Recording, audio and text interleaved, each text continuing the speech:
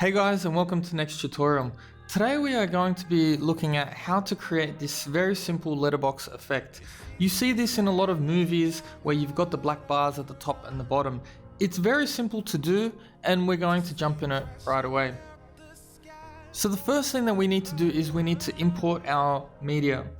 So let's go and add our clip. Once the clip is in, drag it to your timeline and the clip should appear just there.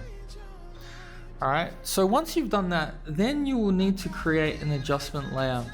Now, if you can't see this little new item icon, just move over your little panel. So we're going to click on a new adjustment layer. Just going to click OK. And we're going to drag this to our timeline. We're going to make sure that the adjustment layer goes all the way to the end of the clip, and then we need to go to our effects panel and we need to right crop.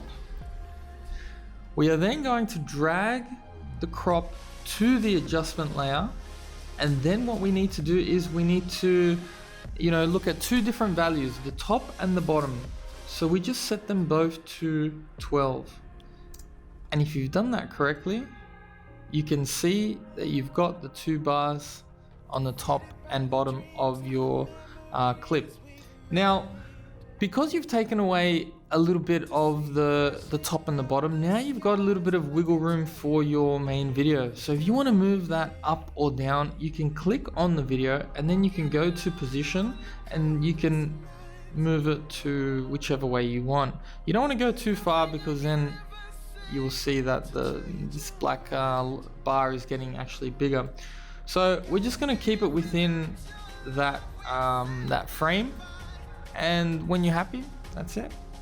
So that is a real quick tutorial on how to create the letterbox effect using Adobe Premiere.